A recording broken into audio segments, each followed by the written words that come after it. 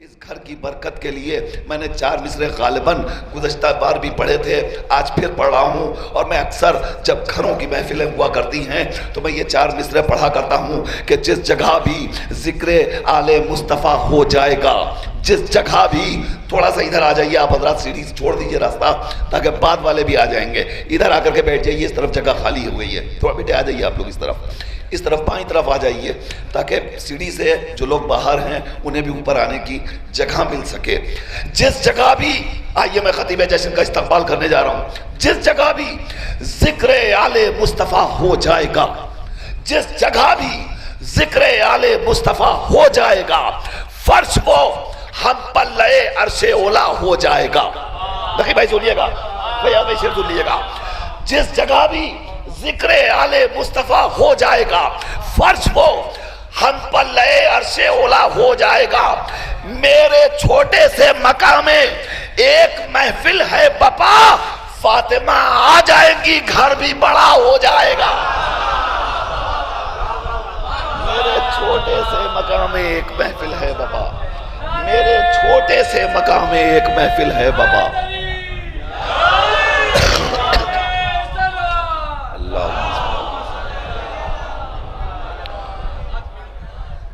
آئیے حضرات، ہم آپ سب کے شکر گزار ہیں، پورا ماحول بن گیا، میں جتنا وقت لینا چاہیے تھا اتنا وقت لے چکا، ماحول سازگار ہو گیا، لہٰذا میں بلا تمہید گزارش گزار ہوں خطیب محفل برادر محترم حجت الاسلام والمسلمین علی جناب مولانا سید قمبر علی رضوی صاحب قبلہ کی خدمت میں کہ وہ تشریف لائیں اور نثری نذران عقیدت بارگاہ حضرت اطہار علیہ السلام میں پیش فرمائیں۔ مولانا کے استقبال میں آپ حضرات بلند ترین نعرہ صلوات ارشاد فرمائیں۔ اعوذ باللہ من الشیطان اللعین الرجیم، بسم اللہ الرحمن الرحیم، الحمد للہ الذی ہدانا لہذا وما کنا لنہتدی لولا ان ہدانا اللہ، لقد جاءت رسل ربنا بالحق، الصلاۃ والسلام علی النبی الامی العربی القرشی المکی المدنی البطحی الابتہی التہامی الدافع جیشات الاباطیل والدامغ صولات الازالیل، مولن الحق بالحق ابی القاسم محمد وآلہ الطیبین الطاہرین المعصومین المظلومین الذین اذھب اللہ عنہم الرجس وطہرہم تطہیرا، ولعنۃ اللہ علی اعدائہم اجمعین من الآن الی یوم الدین۔ اما بعد فقد قال علی علیہ السلام، من النبی ومنکم المکذب، منا اسد اللہ ومنکم اسد الاحلاف، منا سید النساء العالمین ومنکم حمالۃ الحطب، منا خیر النساء العالمین، منا سیدہ شباب اہل الجنہ ومنکم صبیۃ النار۔ صلوات بھیجئے محمد۔ بزرگان محترم و دوستان عزیز، انصاف یہ ہے کہ میں اس کیفیت میں نہیں تھا کہ تقریر کر سکتا، لیکن بہرحال برادر عزیز خداوند عالم ان کو اور زیادہ دنیا میں شہرت، عزت اور بلندیاں عطا کرے۔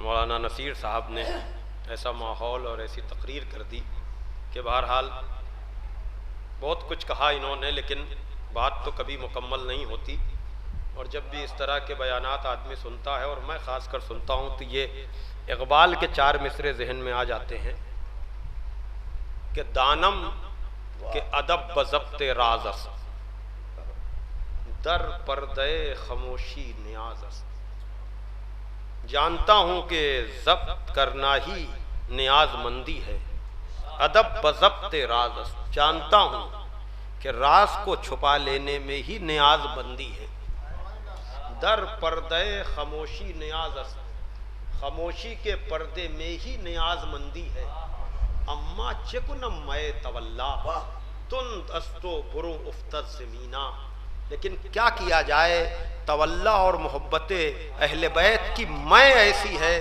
کہ پیمانہ چھلکتا ضرور ہے۔ تو علی اور اولاد علی کا معاملہ یہ ہے کہ آدمی چھلکتا تو ضرور ہے، کوئی جلدی چھلکتا ہے، کوئی دیر میں چھلکتا ہے۔ صلوات بھیجئے محمد وآل محمد۔ تو عزیزان محترم دیکھیے دو تین باتیں اہم، جس طرح سے آپ نے کہا کہ واقعاً یادگار محفل گزشتہ سال کی آپ حضرات کے ذہنوں میں ہوگی، تو میں بھی چاہوں گا کہ بہت ہی ذمہ داری سے سننے والے لوگ، دور دور تک آواز جاتی ہے یہ، یعنی یہاں تو سننے والے کم ہوتے ہیں لیکن یوٹیوب کے ذریعے سے پوری دنیا میں یہ محفل سنی جاتی ہے. تو میں خالی آپ کو دیکھ کر نہیں پڑھ رہا ہوں، آپ سمجھیے میں آپ کو دیکھ کے پڑھ رہا ہوں، میں یہ دیکھ کر پڑھ رہا ہوں کہ میری یہ تقریر پوری دنیا میں جائے گی. ایک صلوات بھیجیے محمد والے محمد کو. گزشتہ سال کی محفل بھی آن لائن ہے، یوٹیوب پر ہے، سننے والوں نے سنا ہے، لائک کرنے والوں نے لائک کیا ہے، پسند کرنے والوں نے پسند کیا ہے.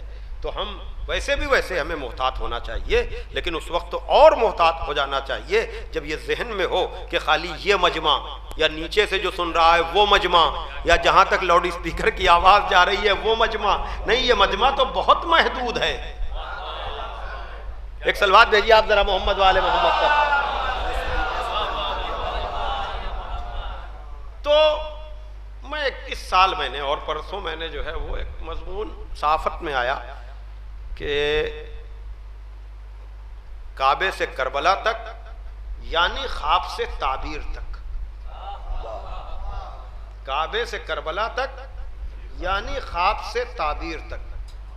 تو اس میں نے یہ باتیں کہیں کہ ہم اپنی جو بھی باتیں کرتے ہیں وہ ولو یہ کہ بظاہر کسی کو دیکھنے میں اجنبی لگیں، لیکن جب آپ تحقیق کریں گے تو ہماری وہ باتیں امت مسلمہ کے سارے فرقوں میں اور سارے فرقوں میں ہی نہیں بلکہ آزاد پسند شعراء کی فکر میں بھی ہماری بات ملتی ہے. تو جو کیجیے گا، بڑی ذمہ داری سے میں کہہ رہا ہوں، اس لیے کہ جو چیز سچی اور اچھی ہوتی ہے وہاں ممکن ہے کوئی بظاہر وحی کا انکار کرے، تعقل کی بات کرے، لیکن جب اپنے فکر کو منظم اور مرتب کرتا ہے تو اس کی زبان پہ عقل سے زیادہ وحی کی ترجمانی ہوتی ہے. بالخصوص آل محمد وآل محمد علیہ السلام کے لیے جب شاعر شاعری کرتا ہے تو پیغمبر کی تائید حاصل ہوتی ہے. زبان بظاہر شاعر کی ہوتی ہے، فکر ادھر سے آتی ہے. اور میں جو کہہ رہا ہوں یہ فرزدق تک کے لیے میرے ذہن میں پوری تاریخ ہے. میں کوئی بات ایسی نہیں کہہ رہا ہوں جو آپ سوچیں میں خطابت کر رہا ہوں، نہیں. فرزدق نے جب امیر المومنین علیہ السلام کے حضور نذران عقیدت پیش کیا تو کہا کہ جب تک تم یہ ذکر کرتے رہو گے ہماری تائید رہے گی. گویا کہ تعقل اور آزادی کے بعد بھی ترجمانی اسی وحی کی ہوتی ہے. تو میں نے کعبے سے کربلا تک کی جب بات کی تو مجھے صرف ایک حدیث پیش کرنا تھی، اور وہ حدیث بھی جو اس سال سفر زیارت پہ ایک کتاب، اور بہت ہی اچھی کتاب ہے، ولو یہ کہ وہ فارسی میں ہے لیکن عراق نام کی کتاب، یقیناً ایک یادگاری حیثیت اس کی ہے کہ اس میں جو چیزیں لاجواب و بے مثال، فوٹوگرافی کے اعتبار سے بھی، زیارتوں کے اعتبار سے بھی. اب اس کا ایک مصرع ولو یہ کہ بہت سے الفاظ فارسی کے عربی تک آتے آتے اپنے معنی اور مفاہیم کھو دیتے ہیں. جیسے لفظ غریب اردو تک آتے آتے وہ فقیر بن جاتا ہے، حالانکہ فقیر کے معنی، غریب کے معنی مسافر کے ہیں، فقیر کے نہیں ہیں. نہیں، ہمارے کے جب بھی غریب کہا جائے گا عام طور سے تبارز ذہنی فقیر کا ہوگا، ارے غربا کو دے دیجئے، مسافر کوئی مراد نہیں لے گا. لیکن فقیر کا یہ کہنے کا مقصد یہ ہے کہ بہت سے عربی کے الفاظ، یہ میں اس لیے کہہ رہا ہوں کہ ایک مصرع جو میں پڑھنے جا رہا ہوں جو اس کتاب میں، اور میں نے اس مضمون میں بھی آخر میں دیا کہ ولو یہ کہ مضمون عربی میں ہے لیکن اگر کسی کو ذرا سا بھی شغل اور ربط ہے فارسی سے، عجب مصرع ہے. ہر کے دارت ہوس کرب و بلا بسم اللہ، کیا کہنا بسم اللہ، ہر کے دارت ہوس کرب و بلا، عجب مصرع ہے. یعنی یہاں ہوس اردو کے ہوس کے معنی میں نہیں ہے، یہاں ہوس جو شدت سے شوق ہو، توجہ کر رہے ہیں؟ ہر اور پھر پورا کلام وہ لاجواب و بے مثال ہے. ہر کے دارت ہوس کرب و بلا بسم اللہ. تو میں نے وہ آج کل کے زائرین جو ماشاءاللہ تھے، آج بھی خبریں آئیں کہ معلوم پڑا 72 یا 72.5 لوگ لکھنؤ سے ایک قافلہ گیا، دوسرا قافلہ گیا، تاکہ یہ جشن سرکار سید الشہداء علیہ الصلوۃ والسلام کا ہم ان کی بارگاہ میں. تو یہاں بھی جو لوگ بیٹھے ہوئے ہیں یہ نیت اور ارادہ کر کے جائیں کہ اس سال تو یہاں جشن کر رہے ہیں، اگر مولا نے بلایا تو آئندہ وہاں. ایک سلوات پڑھیں آپ ذرا محمد والے محمد. ہر کے دارت ہوس کرب و بلا، ایک مصرع صرف مجھے یاد ہے وہ پورا. تو اس میں چونکہ ایک حدیث مجھے پیش کرنا تھی تو اس کے لیے میں نے پورا ایک ماحول بنایا اور وہ پورا تقریباً آدھے صفحے پر اخبار کے وہ مضمون آیا اور اس میں نے بار بار اقبال کو کوٹ کیا اور خواجہ اجمیری کو کوٹ کیا اور یہ بتایا کہ ہم جسے اجنبی سمجھ رہے ہیں کہ یہ حدیث ہم پیش بھی کریں کہ نہیں. چھٹے امام کی حدیث ہے تو وہی بات چھٹے امام کو پیش کرتے ہوئے یہ المیہ نہیں ہے تو اور کیا ہے کہ ہمیں اجنبیت محسوس ہو. حالانکہ امام ابو حنیفہ تک کہیں لولا السنتان لا لک نعمان، اگر 2 سال نہ ہوتے تو نعمان بن ثابت زوتی ہلاک ہو جاتا. اور اس کی تائید کے لیے، چونکہ میں نے کہا نا کہ میں بات کو منطقی بنانے کی کوشش کرتا ہوں، ابن تیمیہ نے کہا کہ امام جعفر صادق کے شاگرد امام ابو حنیفہ کیسے ہو سکتے ہیں، وہ تو ان کے ہم عصر ہیں. تو علامہ شبلی نعمانی نے اپنی کتاب النعمان میں جواب دیا کہ یہ ابن تیمیہ کی تنگ نظری اور خیرہ چشمی ہے. یہی جملے ہیں، میں نے ایک بار میں کوٹ کیا، یہ ان کی تنگ نظری اور خیرہ چشمی ہے کہ وہ یہ کہہ رہے ہیں کہ ہم عصر تھے تو ان کے شاگرد کیسے ہو سکتے ہیں. علامہ شبلی نعمانی نے لکھا کہ امام ابو حنیفہ بہت بڑے فقیہ صحیح، بہت بڑے عالم صحیح، لیکن ان کو امام جعفر صادق سے کیا نسبت. یہی الفاظ، ان کو امام جعفر صادق سے کیا نسبت، اس لیے کہ سارے علوم تو آل محمد ہی کے در سے نکلے ہیں. صلوات دے محمد و آل محمد پر. تو میں نے یہ سارے حوالے دے دیے عزیزان محترم تاکہ کسی کو کوئی اجنبیت محسوس نہ ہو. علامہ شبلی نعمانی کی کتاب النعمان کو جا کر دیکھے جس میں انہوں نے ان کی پوری تاریخ لکھی ہے اور یہ باتیں بالکل سامنے کی ہیں. تو عزیزان محترم اب وہ حدیث آج میں پہلے پڑھوں گا، اس مضمون میں تو میں نے بعد میں، لیکن یہاں پہلے اس لیے کہ مصرع جو ہے نا پیچھے کیا مصرع ہے، سب پڑھ رہے ہیں بھائی. امام حسین کے لیے جو مصرع ہے پڑھیے، بولیے بولیے. قطرہ ہے کائنات، سمندر حسین ہے، چھٹے امام جعفر صادق علیہ الصلوۃ والسلام کا ارشاد گرامی ہے کہ جب کعبے کی زمین، اس پر مسلسل شعر ہوں گے، کعبے کی زمین جب اپنے اوپر فخر کرنے لگی کہ کون ہے مجھ جیسا، میری پشت یعنی میری زمین پر بنا کعبہ، میں ہوں حرم الہی، میں ہوں جائے امن. تو پروردگار نے زمین کعبہ پر وحی کی، صبر و سکون سے رہے، غرور نہ کر. یہ الفاظ ہے، صبر سکون سے رہے، تاکہ یہ آپ اس پر شعر کہیں تو اجنبیت محسوس نہ ہو کہ آپ یہ کہہ رہے ہیں. نہیں، فرزند رسول پہلے یہ کہہ چکے. میں نے کہا نا فکر مسلسل ہے. ایک صلوات دیجئے محمد والے محمد پر.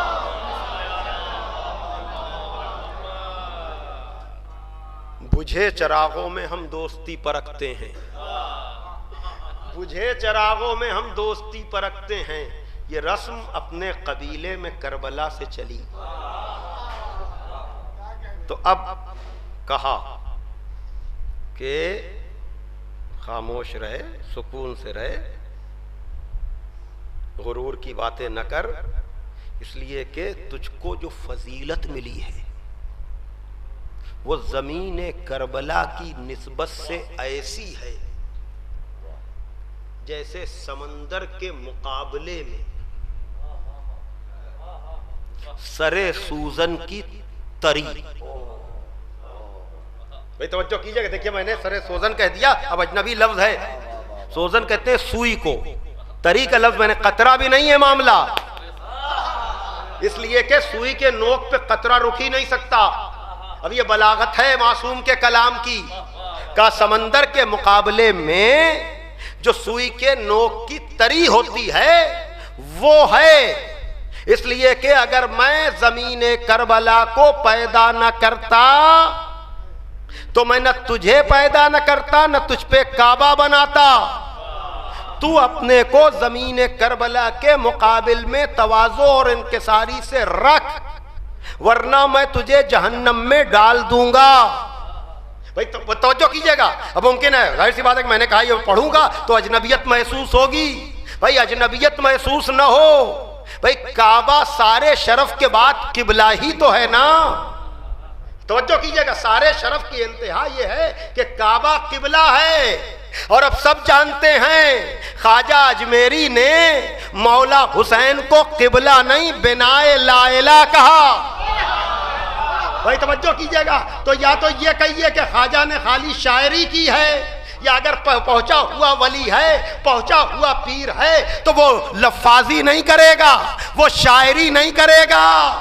توجہ کیجئے گا. اب یہ میں کیوں کہہ رہا ہوں عزیزان محترم, اس لیے کہ اب اقبال کو لوگ سلام تو کرتے ہیں, اقبال کی فکر کو کوٹ تو کرتے ہیں, لیکن کبھی فکر اقبال میں لوگوں نے غور بھی کیا کہ اقبال کہنا کیا چاہ رہے ہیں. اردو کلام میں ممکن ہے اتنی گہرائی نہ ملے, لیکن جب فارسی کلام آپ پڑھیں گے جہاں اقبال نے واقعہ کربلا کے راز سے پردہ اٹھایا ہے, ویسے تو اردو میں ہے کہ اللہ اللہ بائے بسم اللہ پدر مانیے ذبح عظیم آمد پسر. بھائی توجہ کیجئے گا, اللہ اللہ بائے بسم اللہ تو ذات علی ہے اور مانیے ذبح عظیم حسین ہیں. تو اب بھی کیا آدمی نہ سمجھے گا کہ حج جو عبادت ہے وہ ایک خواب کو یاد دلاتی ہے, اور کربلا خواب نہیں ہے, کربلا اس خواب کی تعبیر کا نام ہے. توجہ کیجئے گا. تو اگر خواب اور تعبیر کا, اور پھر اقبال نے یہ بھی کہا کہ غریب و سادہ و رنگی ہے داستان حرم, انتہا ہے جس کی حسین, ابتدا ہے اسماعیل. تو میں کہوں گا ممکن ہے کوئی امام معصوم کے کلمات نہ سمجھ پائے, لیکن کیا انتہا اور ابتدا کو بھی نہیں سمجھ رہا ہے؟ کیا خواب اور تعبیر کو بھی نہیں سمجھ رہا ہے؟ اور پھر اس سے آگے خدا کی قسم اس پر اگر اشرا بھی پڑھا جائے تب بھی پر بات مکمل نہیں ہو سکتی کہ جہاں پر آ کر, ویسے 2 شعر میں پڑھ چکا ہوں لیکن آج میں آگے کا ایک شعر پڑھنا چاہ رہا ہوں, اور شاید اب میں ترجمہ بھی میں نے نہیں کیا, جو بات میں نے کہی تھی اس کا ترجمہ کر کے شاید میں بات کو ختم کر دوں. لیکن اگر فکر اقبال کو سلام ہے, میں بار بار کہہ رہا ہوں, اگر ان کو فرضی کوڈ نہیں کیا جاتا ہے, واقعاً انہوں نے مشرق اور مغرب کے فلسفوں کو نچوڑ کر کے اپنی شاعری میں پیش کیا ہے, تو میرے بیان کو جہاں تک آواز جا رہی ہے لوگ سنیں. پہلے 2 شعر میں پڑھ چکا ہوں, بہت پڑھ چکا ہوں, کہ جہاں اقبال نے کہا کہ بحر حق در خاک و خون غلطی داست, بس بنا لا الہ گردی داست, نقش اللہ بر صحرا نوشت, سطر عنوانے نجات ماں نوشت. اس پر میں تقریر بھی شاید پچھلے سال کر چکا ہوں, لیکن مجھے اگلے شعر سے کام ہے. آنکھ کے زیر تیغ گوید لا الہ. دیکھیے وہی بات کہ حسین سرسری نہیں ہے, آنکھ کے زیر تیغ گوید لا الہ, آنکھ کے از خونش بروید لا الہ. بات کو سمجھیے آپ عزیزان محترم. اگر واقعاً فکر اقبال کو سلام ہے تو کوئی آئے ہمارے سامنے اس شعر کی ترجمانی کرے, اس شعر کی تشریح کرے, اس شعر کی تفسیر کرے, یا تو یہ کہے کہ اقبال نے حسین کے لیے غلو کیا. تو اگر اقبال جیسا فلسفی غلو کر سکتا ہے تو مجھ جیسے نادان کے لیے کیا امید ہے؟ بھائی صلوات پڑھے محمد والے محمد کا. آنکھ کے زیر تیغ گوید لا الہ, وہ کہ جو زیر تیغ کہے لا الہ, آنکھ کے از خونش بے رویت لا الہ, وہ کہ جس سے لا الہ نمو پائے. اب نمو کا میں ترجمہ کروں گا تو ممکن ہے میرے اوپر بھی فتوے لگ جائیں، اس لیے میں نے احتیاط سے ترجمہ کیا، وہ کہ جس سے نظریہ لا الہ کی بنیاد پڑے۔ میں لفظ نظریہ لے آیا اس لیے کہ خدا کا وجود کسی کا محتاج نہیں ہے، اور آل محمد نے، امام حسین نے بھی کہا کہ معبود تو کسی کا محتاج تھوڑی ہے جو تجھ کو کوئی پہچنوائے، تو چھپا ہوا کب تھا کہ کوئی تجھے پہچنوائے، تو تو آیا ہی آیا ہے، تو تو ظاہری ظاہر ہے۔ تو حسین نے خدا کو تو نہیں، وہ تو خود سب کو پہچنوانے والا ہے، لیکن یہ ماننا پڑے گا کہ نظریہ لا الہ نہ ہوتا اگر حسین کا سجدہ نہ ہوتا۔ صلوات بھیجئے محمد والے محمد۔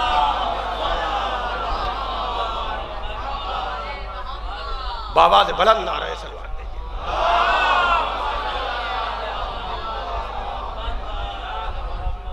کہ خونش برویت لا الہ، وہ کہ جس کے خون سے لا الہ الا اللہ نمو پائے۔ تو اب آپ نے بہت کچھ سنا، اب میں ترجمہ کروں پھر آپ سے بھی تو اقرار لے لوں کہ میں نے جو کچھ کہا ہے آپ کا دل بھی یہی کہے گا، تاکہ پتہ تو چلے کہ عقل سے آگے وحی کی منزل ہے کیا۔ یہ نہج البلاغہ کے الفاظ مولا کائنات نے جواب میں لکھا خط کے، کون ہمارا مقابلہ کرے گا، اس لیے کہ نبی ہم میں سے، جھٹلانے والے تجھ میں سے، خدا و رسول کا شعر ہم میں سے، جھوٹے معاہدے کرنے والے تجھ میں سے، جب عالمین کی عورتوں کے سردار ہم میں سے ہے، حمالۃ الحطب تجھ میں سے۔ قرآن کی آیت ہے حمالۃ الحطب، یہ کوئی خطابت نہیں ہے۔ تبت یدا ابی لہب کے سورے میں حمالۃ الحطب، نسائے عالمین کی عورتوں کی سردار ہم میں سے، حمالۃ الحطب تجھ میں سے، جوانان جنت کے سردار ہم میں سے، اور جہنم میں جلنے والے بچے تجھ میں سے۔ جائیے سارے فقہوں کے اور سارے عقیدوں کے مسلمانوں سے پوچھئے کہ وہ تسلیم کرتے ہیں کہ نہیں کہ جوانان جنت کے سردار حسن و حسین ہیں۔ بھئی ہماری باتیں چلیے جو میں نے کہیں ممکن ہے کہیں کہ اجنبیت محسوس ہو رہی تھی، اس میں تو کوئی شک نہیں، اس جملے میں جوانان جنت کے سردار ہیں۔ یہ کس کا قول ہے؟ یہ کس کا قول ہے؟ بول دیں آپ سب، میں کچھ تھوڑا سا مریض ہوں تو میرا ساتھ دے دیں آپ۔ کس کا قول ہے؟ کس کا قول ہے بتائیے بھائی؟ سرور کائنات کا نا، رسول خدا کا نا۔ میں نے کہا نا یہ تو آپ کے دل سے نکلوانا ہے، اس لیے جواب سب آپ کو دینے ہیں۔ اب وصال پیغمبر، وصال پیغمبر کس سن میں ہوا؟ سارے جوابات دیجئے۔ 11 ہجری میں نا، اور جس کی ولادت کا جشن منانے کے لیے آپ یہاں پر جمع ہوئے ہیں، اس کی ولادت کس سن میں ہوئی؟ سن 4 ہجری میں نا۔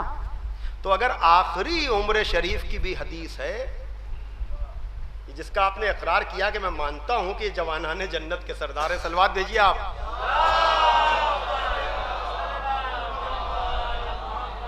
تو ان کا سن کیا بنتا ہے؟ 4 ہجری میں آپ کی ولادت ہوئی، 3 شعبان کو جس کا جشن آپ منا رہے ہیں آج، 1337 ہجری میں، 1437 ہجری میں، 11 ہجری میں وصال پیغمبر۔ سن میں کوئی اختلاف نہیں ہے، تاریخ میں ہے، سن میں کوئی اختلاف نہیں ہے۔ تو 4 ہجری میں جو پیدا ہوا وہ 11 ہجری میں کس سال کا ہوگا؟ 7 سال کا، نہ زیادہ 7 4 11 نہیں، چلیے وہ سب مطلب ہم کہہ رہے ہیں کہ اتنا دقیق نہیں، لیکن 7 سال سے آگے تو نہیں بڑھیں گے آپ۔ کیوں بھائی؟ 7 سال کے سن میں تو بچے پر نماز بھی واجب نہیں ہوتی۔ بھائی جس فضیلت کا آپ نے اقرار کیا، اگر وہی پر یقین نہ ہو، اگر خالی عقل ہی لگائی جائے، تو آپ بتائیے کیا 7 سال کے سن میں کسی سرداری کا اعلان کیا جائے تو عقل انسان قبول کرے گی کہ یہ میرا سردار ہے؟ اور یہاں تو کوئی کسی بھی طرح کا سردار مان لے، لیکن جنت میں تو بھائی توجہ کیجئے گا، جنت کی سرداری کا اقرار سارے مسلمانوں کا کرنا یہ بتا رہا ہے کہ جسے خدا منتخب کرتا ہے وہ سن و سال کا پابند نہیں ہوتا، چاہے جناب عیسیٰ ہوں چاہے امام حسن ہو. ورنہ مجھے آپ بتائیں 7 سال کے سن میں جنت کی سرداری کا اعلان کیا مطلب؟ اور کسی نے بھی جا کر رسول سے شکوہ نہیں کیا کہ آپ کس کی سرداری کا اعلان کر رہے ہیں. گویا کہ اس سے نبی کے علم غیب کا بھی پتہ چلتا ہے. اور اس دور کے صحابہ بھی نبی کے علم غیب کے قائل تھے. اگر قائل نہ ہوتے تو کوئی جا کر کہتا کہ یا رسول اللہ یہ تو 7 سال کے ہیں، کل پتہ نہیں کیا ہوگا. اور آپ دنیا کی نہیں جنت کی سرداری کا اعلان کر رہے ہیں. گویا کہ نبی نے اصحاب کو اتنے معجزے دکھا دیے تھے کہ اب اصحاب دیکھنے اور سننے کی ضد نہیں کرتے تھے.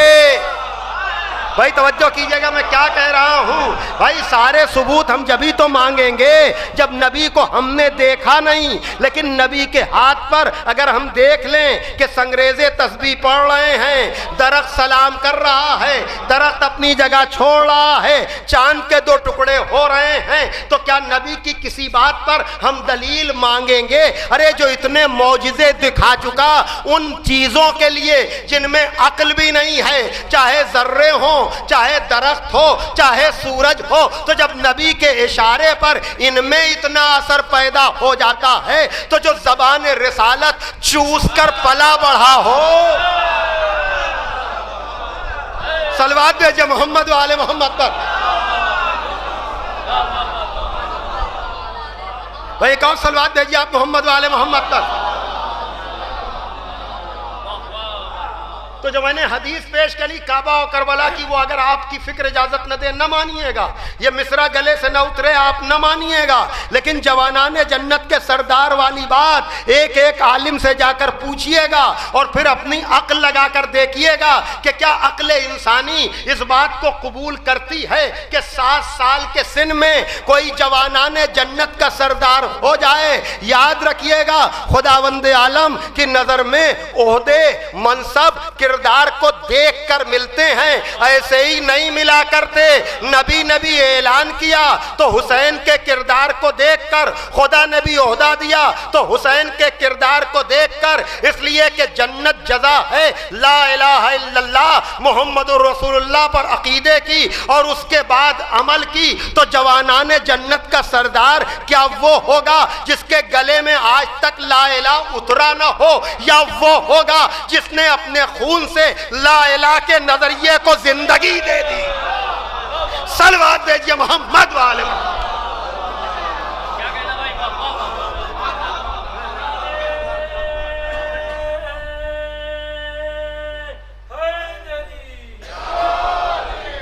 بس عزیزان محترم ایک صلوات اور پڑھ دیں میں اپنی بات کو تمام کر دوں. کہ کچھ نہیں اگر یہ عقل میں آ رہا ہے کہ جوانان جنت کا سردار اس کی سرداری کا اعلان 7 سال کے سن میں ہو سکتا ہے اور اس میں کوئی شک و شبہ نہیں ہے، تو اب تسلیم کرنا پڑے گا کہ جہاں جس نبی کا بیٹا بچا ہے وہ کعبے کی منزل ہے اور بڑے نبی کا نواسا کربلا میں شہید ہوا ہے تو وہ کربلا کی منزل ہے. ان دونوں میں کوئی فرق نہیں ہے. اور جبھی خواجہ اجمیری نے کہہ دیا کہ بنائے لا الہ حسین ہیں، اب چاہے نبی کی سمجھ میں آئے تو نبی کی مانیے، چھٹے امام کی سمجھ میں آئے تو ان کی مانیے، خواجہ اجمیری کی سمجھ میں آئے تو ان کی مانیے، اقبال کی سمجھ میں آئے تو ان کی مانیے. اپنے اپنے مقدر کی بات ہے. کوئی وحی سے سمجھتا ہے، کوئی عقل سے سمجھتا ہے، کوئی شاعری سے سمجھتا ہے، لیکن جس کے کیریکٹر میں کمال ہوتا ہے اس کو آزاد بھی خراج عقیدت پیش کرتا ہے، پابند بھی خراج عقیدت پیش کرتا ہے، خدا بھی اس کی مدح و ثنا کرتا ہے، رسول بھی اس سے نسبت میں فخر سمجھتا ہے. اس لیے کہ ساری کائنات میں نواسے اپنے نانا پہ فخر کرتے ہیں لیکن یہ کائنات کا نواسا حسین ہے جس میں نانا فخر کر رہا ہے کہ حسین منی وانا من حسین، میرا حسین مجھ سے ہے اور میں حسین سے ہوں۔ نعرہ صلوات بھیجئے محمد والے۔ پروردگار عالم ہماری اس مختصر سی عبادت کو شرف قبولیت عطا۔ پروردگار ہم اپنی عقل و فکر کو صحیح طور پر استعمال کر کے وہی پر یقین لا سکیں تاکہ ایمان میں مستحکم ہو سکیں۔ پروردگار ہمیں معرفت محمد والے محمد علیہ السلام نصیب فرما تاکہ ہم کلمہ لا الہ کہنے میں مخلص رہیں اور اس میں کسی طرح کی کوئی ملاوٹ نہ ہونے پائے۔ میں آپ سب کی خدمت میں اس موقع پر مبارکباد پیش کرتا ہوں۔ سرکار امام زمانہ کی خدمت میں سرکار قبول فرمائیے ہماری تبریک و تہنیت کو، پروردگار ان کے ظہور میں تعجیل فرما، ہم گنہگاروں کو اس لائق بنا کہ ہمارا شمار بھی ان کے انصار و عوان میں ہو سکے۔ اللہم تقبل منا انکا انت السمیع العلیم۔